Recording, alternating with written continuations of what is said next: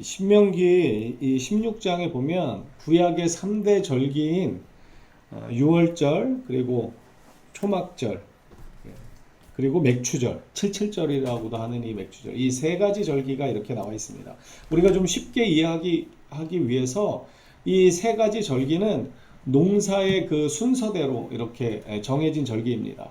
그러니까 유월절은 초실절하고 이제 하루 정도 차이인데, 이 초실절은 무엇이냐면 낯을 처음 되는 시기를 초실절이라고 합니다. 그리고 이 초실절로부터 50일이 지난 그 다음 칠칠절은 그 낯을 대고 보리 이삭을 뿌렸잖아요. 그래서 그 보리 이삭을 이제 거두게 되는 때, 맥추절이라고 그래서 이야기하는 것이죠. 보리 밀이삭을 이제는 수확하는 때가 바로 맥추절이고 칠칠절입니다. 그리고 이 칠칠절 다음에 오는 이 초막절은요, 나머지 이제 농사에 대한 과실과 이러한 것들을 다 거두는 그 수확의 절기인데, 그래서 이것을 초막절이라고도 하지만 수장절, 그러니까 수확을 해가지고 창고에 거두어 드리는 절기라 그래서 수장절이라고도 합니다. 이 세 가지 절기가 오늘 본문에 나와 있는데, 1절에서부터 8절까지가 유월절에 관한 내용이고, 9절에서부터 12절까지가 칠칠절에 관한 내용이고, 13절에서 17절까지가 초막절, 그리고 18절에서 22절까지는 믿음의 백성들이 어떻게 살아야 하는지에 대해서 이렇게 언급하고 있습니다. 1절에 보시면 아비벌을 지켜서 내 하나님 여호와께 유월절을 행하라 이렇게 말합니다. 이는 아비벌에 내 하나님 여호와께서 밤에 너를 애굽에서 인도하여 내셨습니다. 그러면 유월절을 다 아시죠? 6월은 말 그대로 패스오버입니다. 그러니까 넘어갔다는 거죠. 죽음의 사자가 넘어간 그 날을 기념하는 것이 유월절입니다. 그러니까 예수님의 십자가의 구속의 은혜를 우리는 떠올릴 수밖에 없습니다. 그래서 이 유월절은 너무나 중요한 날이라서 오늘 1절에 뭐라고 이야기하냐면 아비벌을 지켜 내 하나님 여호와께 유월절을 행하라 이렇게 이야기합니다. 이 아비벌이 원래 이제 우리 절기대로 하면, 우리 원력대로 하면 한 3, 4월이 되는데, 하나님께서는 이 아비벌, 그러니까 유월절이 있는 날을 1월로 정하라고 말씀하셨습니다. 그래서 유대인들은 이 3, 4월이 1월이 되는 것입니다. 이 아비벌이 1월과 같은 것이거든요. 그래서 6월절이 너무나 소중하기 때문에 이 절기를 이렇게 정하도록 하신 것입니다.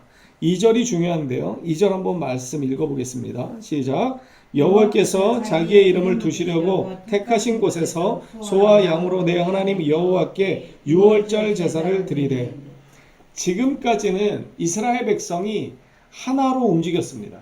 애굽에서부터 구원함을 받고 광야 생활 가운데 있을 때에도 그 하나님의 성막이 옮겨가는 대로 불과 구름 기둥을 따라서 옮겨왔죠. 그런데 지금이 어떠한 상황입니까? 이제 가나안에 입성하기 바로 직전에 모세의 마지막 설교입니다.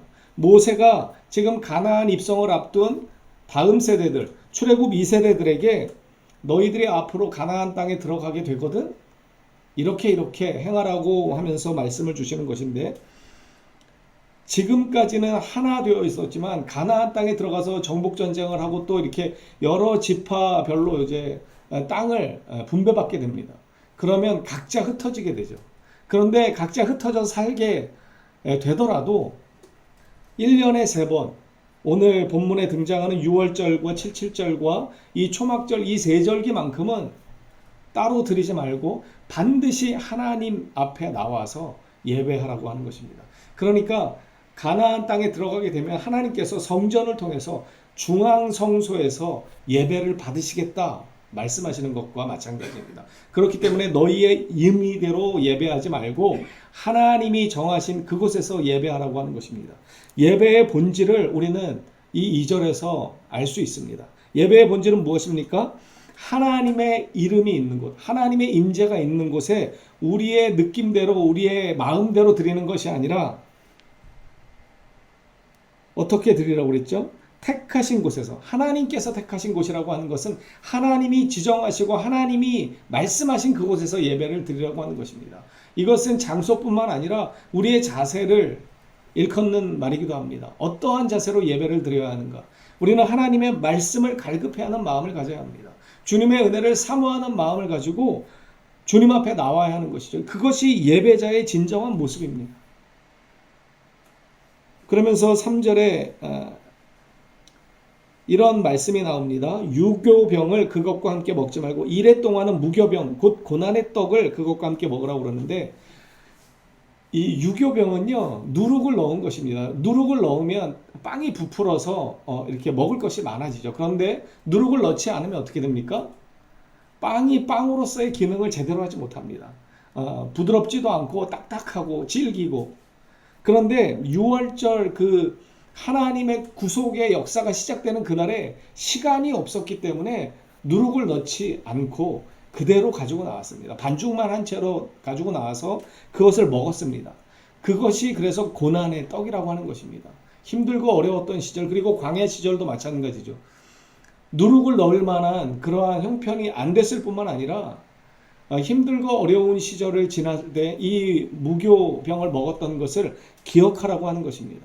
그래서 그 고난의 떡을 그것과 함께 먹으라. 이는 내가 애굽 땅에서 급히 나왔음이니 이같이 행하여 너의 평생에 항상 내가 애굽 땅에서 나온 날을 기억할 것이니라. 예배의 기본 정신이 무엇인가? 하나님의 은혜를 기억하는 것입니다.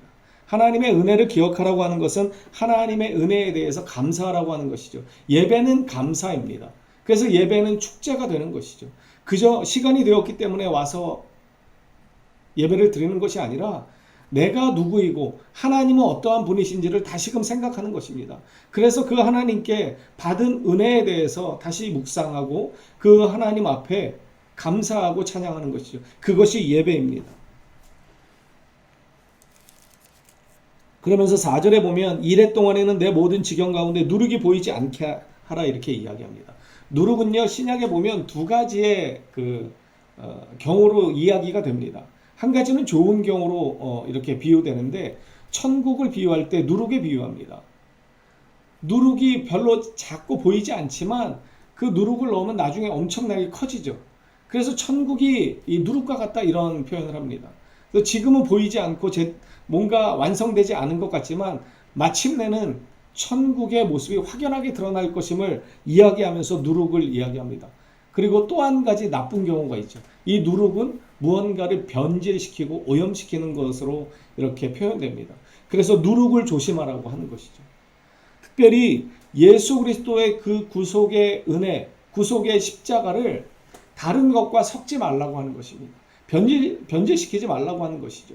순수한 믿음을 유지하라고 하는 것입니다. 고린도전서 5장 7절에 보면 너희는 누룩 없는 자라 이렇게 이야기합니다. 새 덩어리가 되기 위하여 묵은 누룩을 내버리라. 우리의 유월절 양 그리스도께서 희생되셨느니라. 이 그리스도의 십자가 외에 다른 것을 섞지 말라는 것입니다. 많은 사람들이 이 그리스도 말고 다른 것을 자꾸만 섞어 드리려고 합니다. 나의 의의를 드러내려고 하고 다른 것들을 자꾸 첨가시키려고 합니다. 그래서는 절대로 안 된다고 하는 것이죠. 자, 5절에 이렇게 자세하게 설명되어 있습니다. 6월절 제사를 내 하나님 여호와께서 내게 주신 각 성에서 드리지 말고, 이제 가나안 땅에 들어가게 되면 각 성별로 살게 될 텐데 그곳에서 따로 드리지 말고 6절의 말씀입니다. 오직 내 하나님 여호와께서 자기의 이름을 두시려고 택하신 곳에서, 계속해서 하나님이 뭐라고 말씀하십니까? 택하신 곳이라고 이야기합니다. 하나님이 예비하시고 하나님이 명령하신 바로 그곳에서 하나님의 뜻대로 예배하라고 하는 것입니다.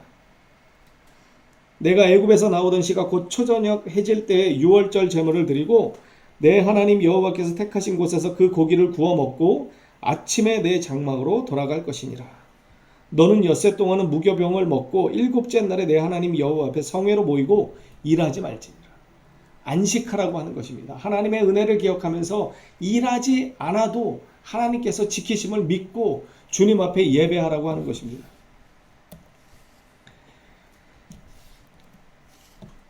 그리고 이어서 77절을 말하는데, 이 77절에 신약에 보면 사도행전 2장에 보면 놀라운 사건이 벌어집니다. 그게 어떤 사건입니까? 마가의 다락방에서 예수님의 제자들이 기도하기 시작해서 50일이 되는 날, 바로 77절, 이때 오순절에 바로 성령 강림의 역사가 나타납니다. 이때부터 예수님의 제자들이 예수님을 십자가에 못 박힐 때만 해도 도망가고 다 비겁했던 그들이 성령의 세례를 받고 난 다음에 죽음을 불사합니다. 그래서 거반 예수님의 제자 거의 모든 사람들이 순교를 당하기를 주저하지 않았습니다. 그것이 바로 이 77절 오순절 성령 강림의 사건입니다. 여기 9절에 보면 7주를 셀지니 곡식의 낫을 대는 첫날부터, 이 곡식의 낫을 대는 첫날이 바로 초실절을 말하는 것이라고 제가 말씀드렸습니다. 그때부터 7주를 세라는 것입니다. 그럼 77이 49니까 50일이 되는 날이 바로 77절이고, 이때가 바로 그 보리 그 씨를 뿌려서 이제는 거두게 되는 날인 것입니다. 여기 보시면 이 표현이 있습니다. 11절의 말씀입니다. 11절 말씀 함께 읽겠습니다. 시작. 너와 내 자녀와 노비와 내 성중에 있는 레위인과 및 너희 중에 있는 객과 고아와 과부가 함께 내 하나님 여호와께서 자기의 이름을 두시려고 택하신 곳에서 내 하나님 여호와 앞에서 즐거워할지니라. 여기 몇 가지가 짚어볼 게 있는데요. 보면 너와 내 자녀와 노비, 너와 너의 가족뿐만 아니라 노비도 객도 고아도 과부도 어느 누구도 빠뜨리지 말고, 신분의 고아를 막론하고 재정의 어떠한 소유 여부에 관여하지 말고 함께 나와서, 아까 계속해서 반복되죠. 택하신 곳, 하나님께서 자기의 이름을 두시려고 택하신 그 성전에서 내 하나님 여호와 앞에서 즐거워하라 이야기합니다. 여러분 여기 보면은요, 즐거워하라는 거예요. 12절도 읽겠습니다. 시작. 너는 애굽에서 종되었던 것을 기억하고 이 규례를 지켜 행할지니라. 즐거워할 이유가 어디에 있다는 거예요? 애굽에서 종되었던 것을 기억하라는 거예요. 이게 무슨 말씀입니까? 너희가 애굽에서 400년 동안 종살이하면서 허덕이며 자유를 빼앗기고 억압받던 그때, 고통 가운데 신음하던 그때 그 소리를 내가 듣고 너희를 구원해낸 이 사건을 절대로 잊지 말라고 하는 것입니다. 그러니까 하나님 앞에 나올 때마다 무엇을 기억하라는 거예요? 종되었던 너희의 상황 가운데서 지금 자유케 하신 하나님의 은혜를 기억하라고 하는 것입니다. 예배는 바로 여기에 초점이 맞추어져 있습니다. 여러분 우리는 무엇 때문에 예배합니까? 에베소서 2장에 보면 허물과 죄로 우리는 죽었다 이야기합니다. 우리는 허물과 죄로 죽었습니다. 하나님을 대적해서 하나님과 완전히 분리됐고 하나님께 버림받았고 저주 가운데 있었습니다. 그런데 예수님께서 이 땅에 오셔서 우리로 하여금 믿게 하시고 그 십자가의 구속의 은혜를 통해서 우리에게 새 생명을 주셨습니다. 그래서 감히 우리가 거룩하신 하나님, 영광의 하나님, 만왕의 왕이신 그분을 나의 아버지라 부를 수 있는 특권을 누리게 된 것입니다. 예배에 나올 때마다 다른 어떤 것 때문에 기뻐하는 것이 아니라 애굽에서 종살이하던 그때에서 너희를 지금까지 인도하시고 구원해내신 그 하나님의 구속의 은혜 때문에 즐거워하라고 말씀하시는 것입니다. 우리도 마찬가지입니다. 우리가 예배를 드립니다. 때로는 우리의 마음의 상태가 조금씩 다를 수도 있고 환경이 다를 수도 있지만 우리는 그것 때문에 일희일비하는 자들이 아니라 무엇 때문에 기뻐하고 즐거워하는 자들입니까? 죄와 허물로 죽었던 우리를 살리신 예수의 은혜 때문에 기뻐하는 자들, 즐거워하는 자들인 것입니다. 그래서 예배할 수 있는 것이죠. 어떠한 상황에서도 즐거워할 수 있는 것입니다. 여기 10절에도 보면 그렇기 때문에 하나님께서 우리에게 이렇게 명령하시는 거예요. 내 하나님 여호와 앞에 77절을 지키되 내 하나님 여호와께서 너에게 복을 주신 대로, 이미 복을 주셨다라고 말씀합니다. 어떤 복을 주셨습니까? 생명의 복을 주셨습니다. 영원한 생명의 은혜를 우리에게 주셨습니다. 그 주신 복 때문에 어떻게 하라는 겁니까? 너의 힘을 헤아려 자원하는 예물을 드리라는 것입니다. 자원하는 마음으로 드리라는 거예요. 은혜를 깊이 누리는 사람들은 어떤 사람들입니까? 그것에 대해서 감사할 줄 아는 사람들입니다. 그렇기 때문에 자발적으로 행하는 것입니다. 억지로 하는 것이 아니라 신앙하는 것이 힘들고 어려운데 하나님께서 나에게 생명을 주신다고 하셨으니까 그 생명 받기 위해서 억지로 예배하고 억지로 말씀을 듣고 억지로 하루하루 버텨나가는 것이 신앙이 아니라 이미 받은 그 생명의 은혜가 너무나 감사하기 때문에 그래서 주님 찬양하고 싶어서 그 주님의 사랑 앞에 내 마음을 표현하고 싶어서 나와서 예배하는 것이 바로 우리의 예배의 모습인 것입니다. 그래서 하나님께서 자원하는 예물을 드릴 뿐만 아니라 여러분 우리가 기쁜 일이 생기면 어떻게 하죠? 정말 나에게 기쁜 일이 생기면 어떻게 합니까? 나 혼자만 막 이렇게 좋아합니까? 누구한테도 말하지 않고 나 혼자만 기뻐해야지 그럽니까? 아니 안 그렇더라고요. 저 같은 경우에는 안 그렇더라고요. 저에게 좋은 일이 생기면요 가까운 사람들 내 주변의 이웃들한테 알려줍니다. 그리고 막 자랑합니다. 그러면 진짜 이웃들은 어떻게 하죠? 진짜 친구들은 어떻게 하죠? 함께 기뻐합니다. 주님은 이것을 우리에게 명령합니다. 함께 기뻐하라는 거예요. 함께. 나의 기뻐하는 모습을 통해서 그들도 주님의 은혜 가운데 나아갈 수 있도록 우리는 그렇게 해야 하는 것입니다. 예배가 그렇게 회복되기를 축복합니다. 즐거운 예배, 감사의 예배, 감격의 예배가 되기를 축복합니다. 여러분 주님의 이 십자가를 절대로 잊지 마십시오. 그리고 계속해서 이야기합니다. 13절에 보면 초막절에 대해서 설명하는데 너희 타작 마당과 포도주 틀에 소출을 거두어 들인 후에 이래 동안 초막절을 지킬 것이다. 이것은 어떠한 것을 의미하냐면요. 광야 생활을 기억하는 것입니다. 광야에 제대로 된 그 삶의 터전이 없었을 때 초막을 짓고 살던 그때를 기억하라고 하는 것입니다. 이때도 14절의 말씀이 이어지는데요. 거의 똑같습니다. 14절의 말씀을 함께 읽겠습니다. 시작. 절기를 지킬 때에는 너와 네 자녀와 노비와 내 성중에 거주하는 레위인과 객과 고아와 과부와 함께 즐거워하되. 여기도 마찬가지죠. 너와 너의 가족만 예배하지 말라고 합니다. 너희 주변에 있는 이웃들, 노비, 종들까지 다 데려다가 그리고 특별히 힘이 없고 보살핌이 필요했던 고아와 과부를 함께 데리고 와서 즐거워하라고 하는 것입니다. 이 예배의 자리가 이런 초청의 자리가 되기를 축복합니다. 우리는 이 예배의 초청에 대한 사명이 있습니다.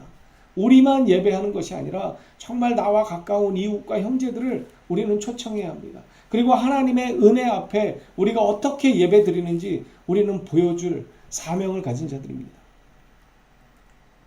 그러면서 15절에 이렇게 이어집니다. 내 하나님 여호와께서 택하신 곳에서 너는 이래 동안 내 하나님 여호와 앞에서 절기를 지키고 내 하나님 여호와께서 내 모든 소출과 내 손으로 행한 모든 일에 복 주실 것이니 너는 온전히 즐거워하라.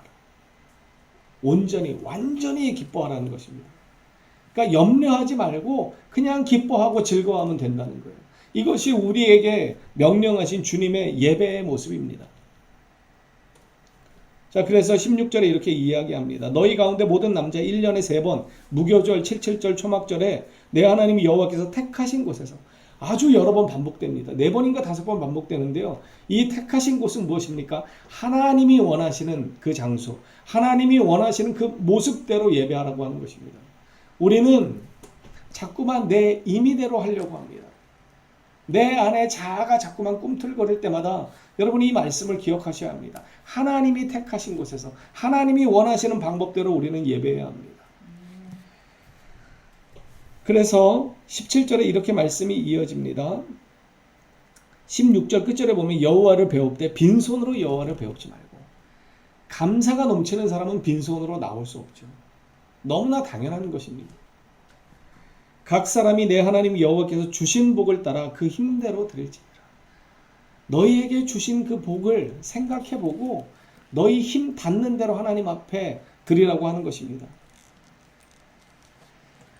여러분, 하나님의 은혜를 기억할 때 우리의 심령이 새로워지는 것입니다. 여기 그리고 18절에서부터 22절까지는요. 이 말씀이 생각이 나더라고요. 이 말씀은 이것입니다. 재판을 할 때 사람을 외모로 보지 말래요. 뇌물을 받지 말래요. 그런데요. 이 공의로 재판을 하라고 그러거든요. 그러니까 이 말씀은 무엇이냐면 가난하다고 봐주지 말라는 것입니다. 부자라고 해서 봐주지도 않지만 가난하다고 해서 무조건 편들어주지 말라는 거예요. 하나님은 언제나 힘이 없는 자들의 편이 되기를 우리에게 명령하셨는데 그렇다라고 해서 편파적이 되어서는 안 된다고 말씀합니다.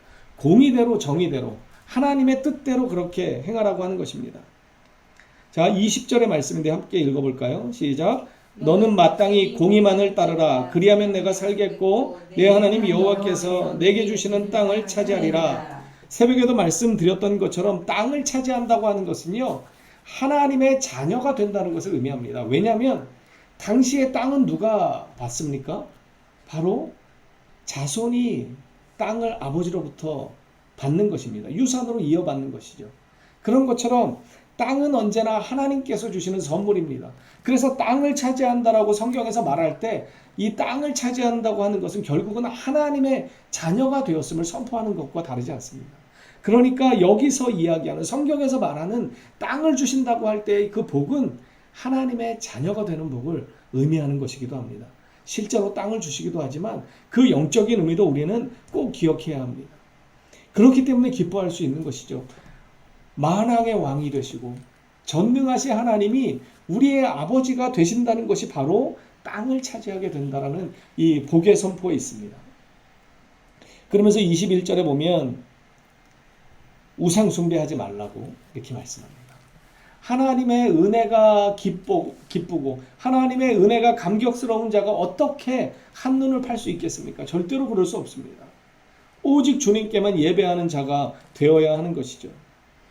마태복음에 보면 이런 말씀이 있습니다. 마태복음에 보면 마태복음 18장에 보면 10,000달란트 빚진 자가 있었습니다. 그래서 주인이 그 종을 데려다가 10,000달란트 갚아라.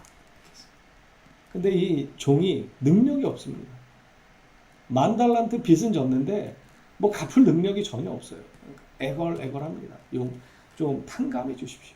제 빚 좀 탕감해 주시오. 그랬더니요, 주인이 이 10,000달란트면 어마어마하거든요. 그런데 그 빚을 다 탕감해 주었습니다. 우리가 잘 아는 내용이죠. 그래서 이 사람이 기뻐하며 나아갔다가 자기가 또 누군가에게 빌려줬나 봐요. 그런데 100데나리온인가 그렇습니다. 비교가 안 되는 거예요. 만 달란트 지금 면제를 받은 사람이 100데나리온 빚진 자기 친구를 봐주질 않습니다. 그리고 그 멱살을 끌고 가서 고발을 해가지고 그를 감옥에 넣었습니다. 이 소식을 주변의 이웃들이 듣고 본 거예요. 그래서 이 소식이 누구에게까지 전해지냐면 바로 10,000달란트를 탕감해준 그 주인에게 이 기가 막힌 소식이 들려집니다. 그래서 마태복음 18장 32절에 보면 이 소식을 들은 주인이 그를 불러다가 말합니다.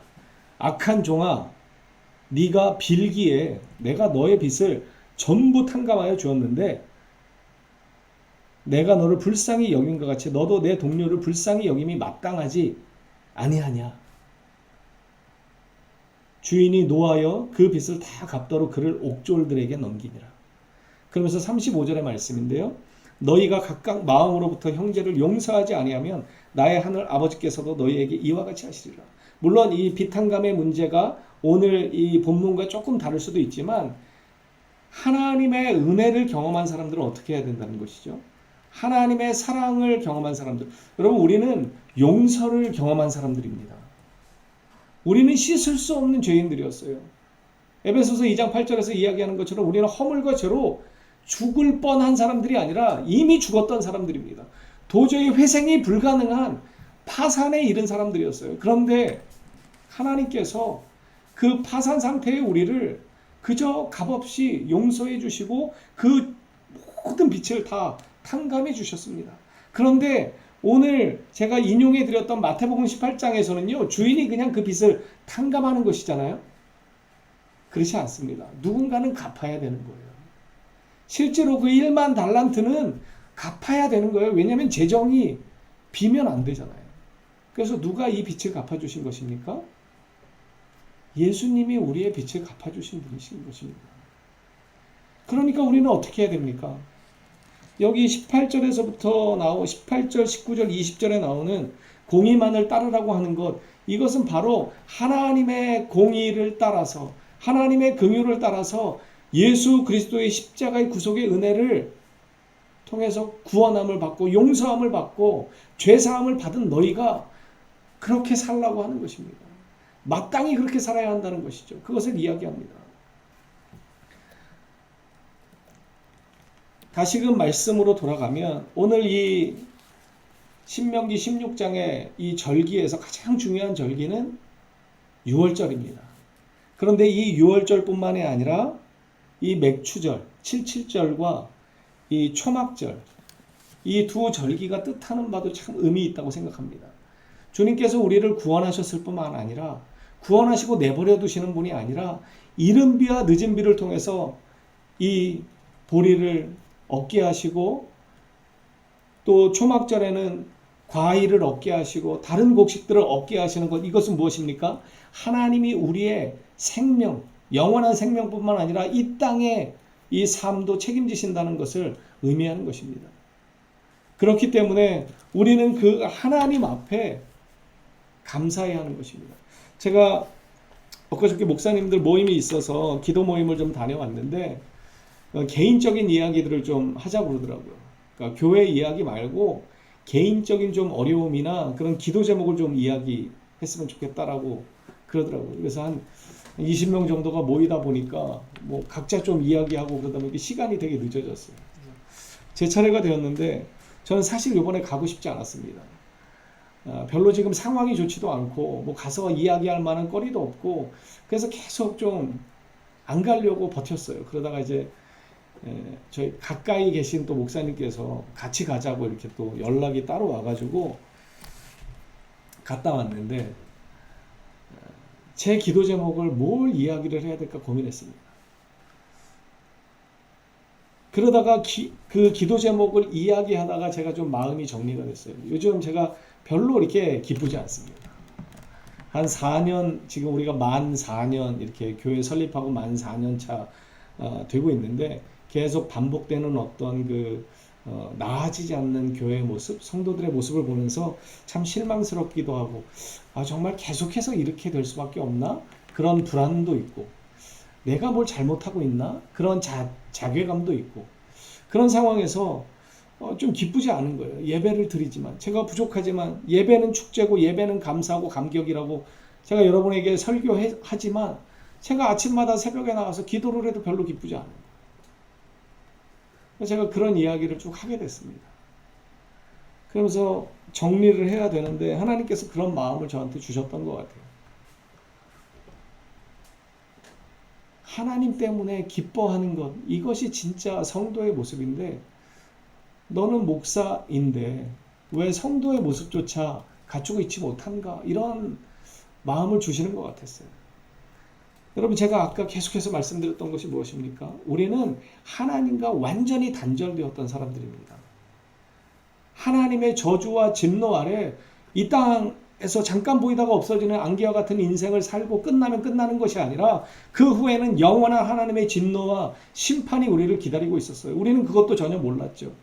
저는 언제나 멘토가 없는 제 인생이 참 외로웠습니다. 나에게 모범이 될 만한 스승이 없다는 것이 참 외로웠습니다. 그래서 언제나 좀 답답하고 쓸쓸하고 외로운 그런 마음이 있었는데 제가 32살에 주님을 인격적으로 만나고 너무 기뻤습니다. 너무나 완벽하신 그분이 저의 모범이 되실 뿐만 아니라 저의 길잡이가 되시고 인도자가 되시고 보호자가 되시고 저의 구원자가 되셨다라는 이 사실 때문에 제가 날마다 기뻐했습니다. 날마다 울었습니다.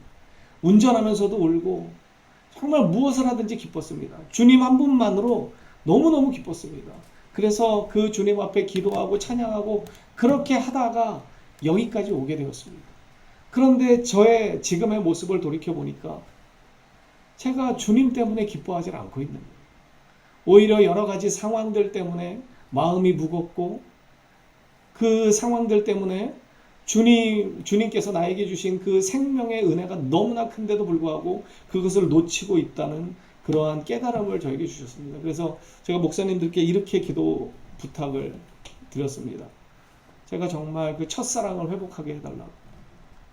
저는 주님을 만난 것이 제 인생의 가장 기쁜 일이고 지금도 마찬가지입니다. 주님 없는 삶을 상상할 수조차 없습니다. 아무리 힘들고 어려워도 주님이 살아 계시기 때문에, 주님이 나와 함께 하시기 때문에 저는 기뻐할 수 있다는 사실을 또 다시 한번 깨닫게 되었습니다. 여러분, 이 회복이 저에게도 있어야 하겠고 여러분에게도 있어야 될 줄 믿습니다. 어떠한 상황에서도요, 나를 위해서 그 왕의 보좌를 다 내던지시고 이렇게 보잘것없는 인생들을 새롭게 하시기 위해서 십자가에서 대신 저주받으신 그 예수님이 우리의 친구가 되어주십니다. 우리의 인도자가 되어주시고 우리의 보호자가 되어주시고 우리의 참 소망이 되어주십니다. 여러분, 이것 때문에 우리는 기뻐해야 합니다. 오늘 본문의 말씀이 저는 결국 이것을 우리에게 명령한다고 생각합니다. 무엇 때문에 기뻐하고 있는가? 주님이 우리에게 묻습니다. 너는 어디에 서 있는가? 주님이 우리에게 묻습니다. 주님의 전 앞으로 나아가는 은혜가 있었으면 좋겠습니다. 시편 84편 10절의 말씀만 읽어드리겠습니다. 주의 궁정에서의 한날이 다른 곳에서의 첫날보다 나은즉 악인의 장막에 사는 것보다 내 하나님의 성전 문지기로 있는 것이 좋사오니 여호와 하나님은 해요 방패이시라. 여호와께서 은혜와 영화를 주시며 정직하게 행하는 자에게 좋은 것을 아끼지 아니하실 것임이니이다. 만군의 여호와여, 주께 의지하는 자는 복이 있나이다. 주님께 의지하는 자가 참으로 복된 자임을 깨달으시고 어떠한 일들 앞에서도 낙심하는 자가 아니라 정말 주님 때문에 기뻐하고 감사하고 감격하는 믿음의 삶을 살아가는 우리가 되기를 주님의 이름으로 축복합니다.